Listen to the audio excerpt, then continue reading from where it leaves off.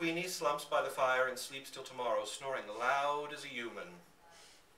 A trunk in the attic contains a shoebox of ermine tails, off the opera cape of a curious lady who once rented a room in the house, coils of frazzled tinsel gone gold with age, one silver star, a brief rope of dilapidated, undoubtedly dangerous, candy-like light bulbs.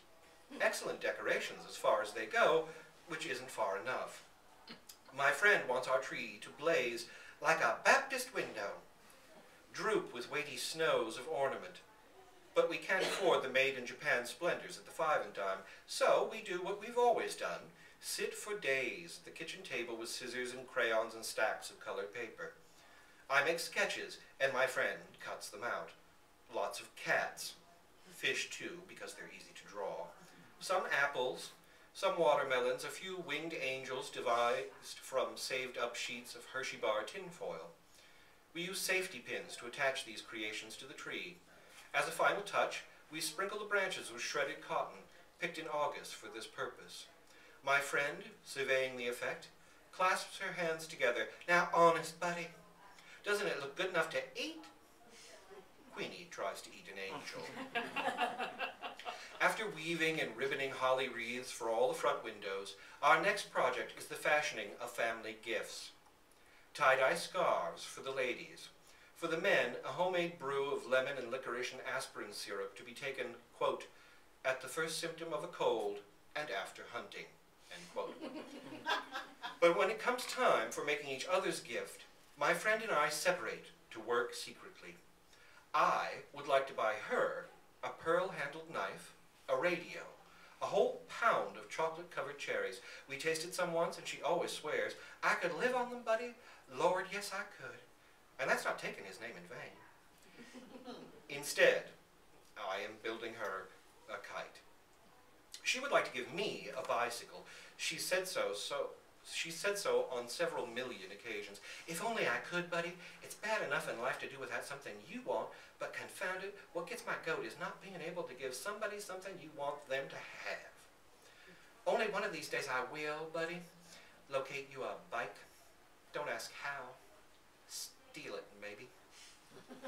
Instead, I'm fairly certain she is building me a kite. The same as last year and the year before. The year before that, we exchanged slingshots. All of which is fine by me, for we are champion kite flyers who study the wind like sailors. My friend, more accomplished than I, can get a kite aloft when there isn't enough breeze to carry clouds. Christmas Eve afternoon, we scrape together a nickel and go to the butcher's to buy Queenie's traditional gift, a good gnawable beef bone. The bone, wrapped in funny paper, is placed high in the tree near the silver star. Queenie knows it's there. She squats at the foot of the tree, staring up in a trance of greed. When bedtime arrives, she refuses to budge. Her excitement is equaled by my own. I kick the covers and turn my pillow as though it was scorching summer night. Somewhere a rooster crows, falsely, for the sun is still on the other side of the world. Buddy, are you awake? It is my friend, calling from her room, which is next to mine. And an instant later, she is sitting on my bed holding a candle. Well, I can't sleep a hoot, she declares. My mind is jumping like a jackrabbit. Buddy, do you think Mrs. Roosevelt will serve our cake at dinner? We huddle in the bed and she squeezes my hand. I love you. Seems like your hand used to be so much smaller. I guess I hate to see you grow up.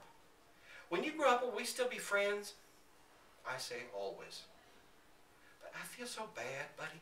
I wanted so bad to give you a bike. I tried to sell my cameo Papa gave me. Buddy, she hesitates as though embarrassed. I made you another kite. Then I confess that I made her one too, and we laugh. The candle burns too short to hold. Out it goes, exposing the starlight, the stars spinning at the window like visible caroling that slowly, slowly daybreak silences. Possibly we doze.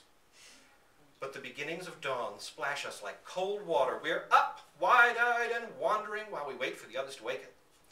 Quite deliberately, my friend drops a kettle on the kitchen floor. I tap dance in front of closed doors. One by one, the household emerges, looking as though they'd like to kill us both. But it's Christmas, so they can't. First, a gorgeous breakfast, just everything you can imagine, from flapjacks and fried squirrel to hominy grits and honey in the comb, which puts everyone in a good humor except my friend and I. Frankly, we're so impatient to get at the presents we can't eat a mouthful. Well, I'm disappointed. Who wouldn't be, with socks? A Sunday school shirt, some handkerchiefs, a hand-me-down sweater, and a year's subscription to a religious magazine for children, The Little Shepherd. Makes me boil, it really does. My friend has a better haul. A sack of satsumas, that's her best present. She is proudest, however, of a white wool shawl knitted by her married sister. But she says her favorite gift is the kite I built her. And it is very beautiful, though not as beautiful as the one she has made me, which is blue and scattered with gold and green good conduct stars. Moreover, my name is painted on it, Buddy.